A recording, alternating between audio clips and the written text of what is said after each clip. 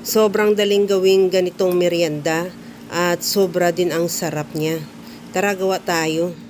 Mayroon ako dito 500 grams na glutinous powder. Ilagay ko lang sa mixing bowl at lagyan ko ng tubig. Paunti-unti lang pero ang nailagay ko dyan mga 2 cups talaga na tubig.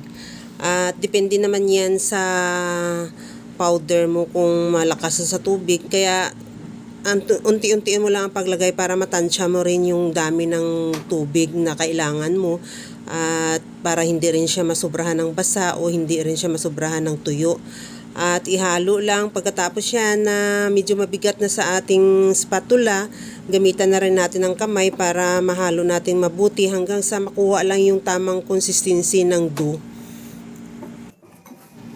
Okay na itong ating dough na ganito na siya, tamang-tama lang yung pagkagawa natin. Hindi naman siya basa, hindi rin siya sobrang tuyo.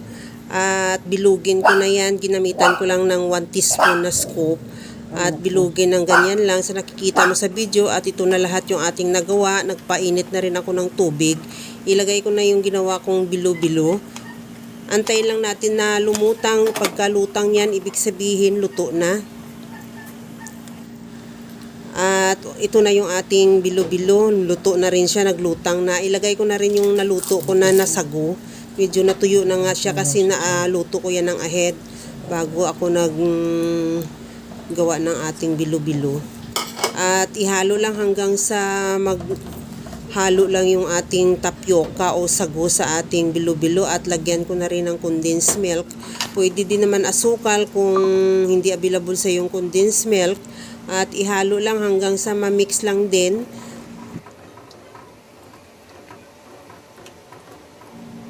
Lagyan ko na rin ng gata. Bali, coconut cream yung gamit ko, hindi na yung fresh. Pero kung may fresh ka, pwede din naman. At ihalo lang hanggang sa kumulo o maluto yung gata. At para mas lalong masarap yung ating ginataang bilo-bilo, maglagay ako ng buko. Bali, isang pirasong buko yan na pinasreaded ko na. At ihalo lang. At kunting halo na lang yan, okay na yung ating napakasarap na ginataang bilo-bilo.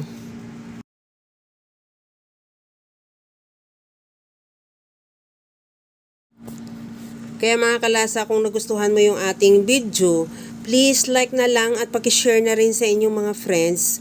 At kung bago ka pa lang sa aking channel, subscribe na at i-click mo na rin ang bell button para sa mga notification.